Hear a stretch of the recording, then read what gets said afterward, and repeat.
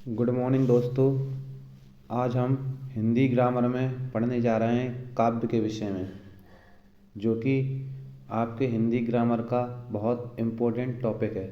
ठीक है, इसे भी हमको पढ़ना ही पड़ेगा। ठीक है, 9 से लेकर 12 तक के बच्चों के लिए इसमें से भी क्वेश्चन देखने को मिलते हैं। तो आइए शुरुआत करते हैं हिंदी ग्रामर में एक टॉपिक काव्य की। तो सबसे पहले पढ़ेंगे हम काव्य किसे कहते हैं। ठीक है, परिभाषा क्या है, काव्य किसे कहते हैं। तो इसका आंसर में क्या लिखना है, आचार्य विश्वनाथ के अनुसार रसात्मक वाक्यम काव्यम।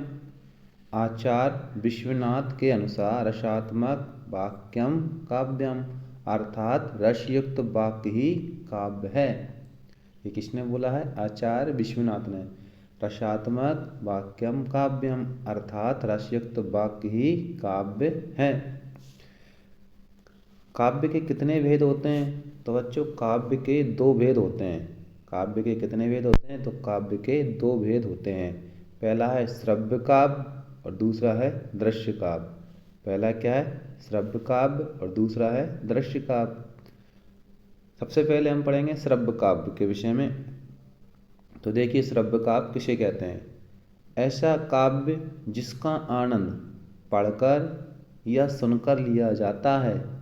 ऐसा काव्य जिसका आनंद पढ़कर या सुनकर लिया जाता है, उन्हें श्रव्य काव्य कहा जाता है।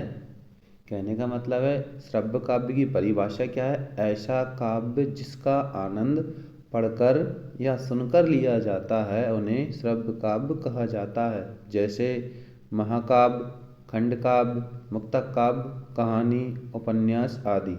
इनका आनंद हमेशा पढ़कर या सुनकर लिया जाता है।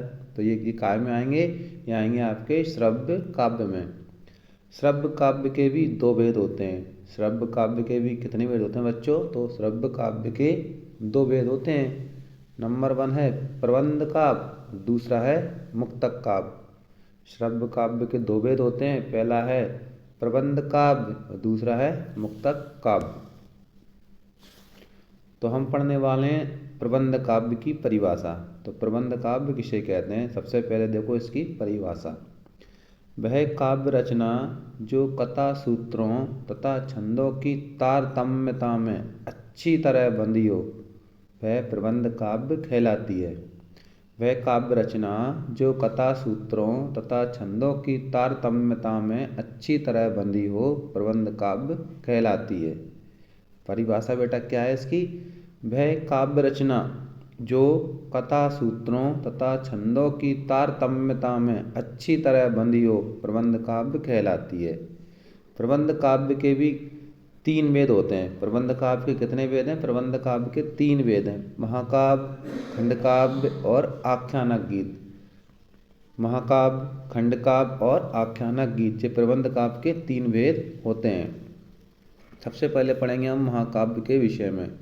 तो बच्चे देखो, महाकाव्य किसी काव्य में जब किसी महापुरुष के संपूर्ण जीवन, किसी काव्य में जब किसी महापुरुष के संपूर्ण जीवन वृत्त का वर्णन किया जाता है, तो वह महाकाव्य होता है।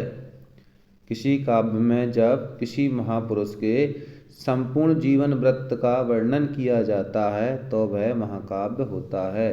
जैसे तुलसीदास जी ने लिखा है रामचरितमानस और मैथिली शरण गुप्त ने लिखा है साकेत। जी क्या है, जी हमारे महाकाव्य हैं। कभी कभार महाकाव्य की परिभाषा और उनके उदाहरण सहित पूछ लेता है। तो बच्चों, महाकाव्य की परिभाषा क्या है, किसी काव्य में जब किसी महापुरुष के संपूर्ण जीवन वृत्त का वर्णन किया जाता है, तो वह महाकाव्य होता है। जैसे तुलसीदास ने लिखा है रामचरितमानस और मैथिली शरण गुप्त ने लिखा है साकेत। दूसरा है खंड काव्य। जब किसी काव्य में किसी महापुरुष के जीवन के किसी एक भाग को प्रस्तुत किया जाता है, उसे खंड काव्य कहा जाता है। कहने का मतलब है, जब किसी काव्य में, कोई भी काव्य हो और किसी महापुरुष के जीवन की किसी एक घटना को प्रस्तुत कर रहे हैं, आप कोई भी काव्य पढ़ रहे हो, कोई भी काव्य आप सुन रहे हो, ठीक है, और आपको पढ़कर या सुनकर ऐसा लगे कि किसी महापुरुष की जीवन की किसी एक घटना के बारे में बताया जा रहा है, तो वहाँ खंड काव्य होता है।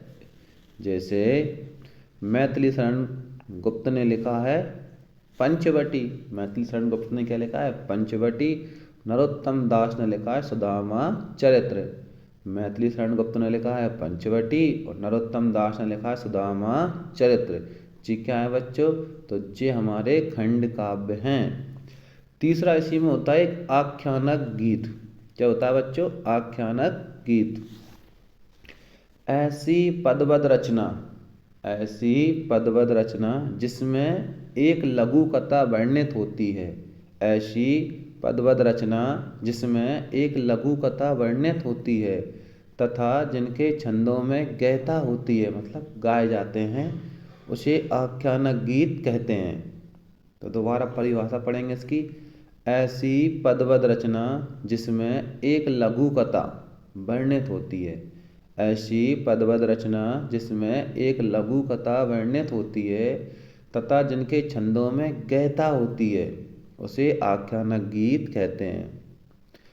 मीराबाई ने लिखा है नरसिंह जी का माहेरो। मीराबाई ने लिखा है नरसिंह जी का माहेरो। सुमित्रा कुमारी चौहान ने लिखा है झांसी की रानी। सुमित्रा कुमारी चौहान ने क्या लिखा है? झांसी की रानी। तो बच्चों ये प्रबंध काव्य के तीनों भेद हो चुके हैं हमारे। सबसे पहले पढ़ा था हमने महाकाव्य, जिसमें किसी महापुरुष के जीवन की संपूर्ण घटना के बारे में बताया जाता है। दूसरा पढ़ा हमने खंड काव्य, जिसमें किसी महापुरुष के जीवन की किसी एक घटना के बारे में बताया जाता है। ठीक है। तीसरा पढ़ा हमने आख्यानक गीत। ऐसी पदबद्ध रचना जिसमें एक लघु कथा वर्णित होती है तथा जिनके छंदों में गहता होती है, उसे आख्यानक गीत कहते हैं।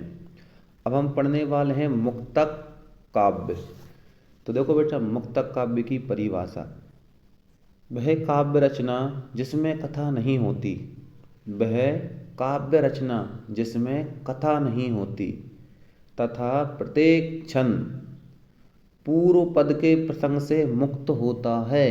देखो, वह काव्य रचना जिसमें कथा नहीं होती तथा प्रत्येक छंद पूर्व पद के प्रसंग से मुक्त होता है, मुक्तक काव्य कहलाता है। तो परिभाषा बेटा दोबारा देखेंगे। वह काव्य रचना जिसमें कथा नहीं होती तथा प्रत्येक छंद पूर्व पद के प्रसंग से मुक्त होता है, मुक्तक काव्य कहलाता है। मुक्तक काव्य मुख्य रूप से दो प्रकार के होते हैं। मुक्तक काव्य कितने प्रकार के होते हैं बेटा? तो मुक्तक काव्य दो प्रकार के होते हैं। एक होता है पाठ्य मुक्तक, एक होता है गय मुक्तक। एक होता है पाठ्य मुक्तक, दूसरा होता है गय मुक्तक। ठीक है।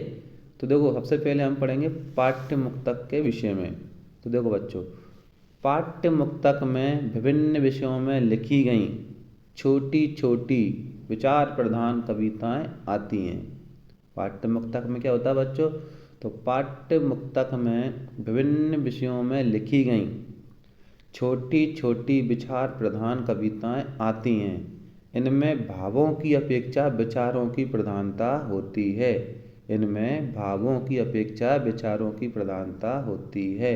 जैसे देखो, कबीर, तुलसी, रहीम, बिहारी, मोतीराम के नीतिपरक, भक्तिपरक एवं श्रृंगारपरक दोहे इसके उदाहरण होते हैं। कहने का मतलब जो इसमें से आप दो तीन इनके कवियों के नाम याद कर लेना और लिख देना, ये उनके उदाहरण हैं। इनके जो दोहे होते हैं वो इनके उदाहरण होते हैं। तो परिभाषा एक बार दोबारा देखेंगे। पाठ्य मुक्तक में विभिन्न विषयों में लिखी गई छोटी छोटी विचार प्रधान कविताएं आती हैं। इनमें भावों की अपेक्षा विचारों की प्रधानता होती है। कबीर, तुलसी, रहीम के दोहे इसके उदाहरण हैं। आप ऐसा लिख सकते हैं। दूसरा पढ़ेंगे बच्चों हम गय मुक्तक। तो इसको प्रागीत भी कहते हैं। इसको क्या बोलते हैं? प्रागीत भी कहते हैं। इसमें भावना और रागात्मकता एवं संगीतात्मकता की प्रधानता होती है। तो गय मुक्तक को प्रागीत भी कहते हैं। इसमें भावना और रागात्मकता और संगीतात्मकता की प्रधानता होती है। कबीर, तुलसी, सूर, मीरा के गय पर तथा आधुनिक युग के प्रसाद, निराला, पंत, महादेव वर्मा आदि की कविताएं इसी श्रेणी की हैं। गैमुक्तक की परिभाषा दोबारा देखेंगे। इसको प्रागीत भी कहते हैं। इसको क्या बोलते हैं? प्रागीत भी कहते हैं। इसमें भावना और रागात्मकता और संगीतात्मकता की प्रधानता होती है। कबीर, तुलसी, सूर, मीरा के गय पद तथा आधुनिक युग के प्रसाद, निराला, पंत, महादेव वर्मा आदि की कविताएं इसी श्रेणी की हैं। तो बच्चों ये हुआ हमारे गैमुक्तक। ठीक है।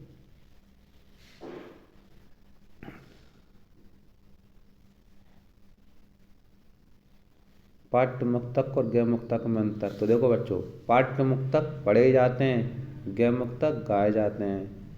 एक ही भाव की गहनता होती है। ठीक है। और इसमें बेटा क्या होती है? बेटा ये पॉइंट इधर आ गया, इसमें संगीतात्मकता होती है।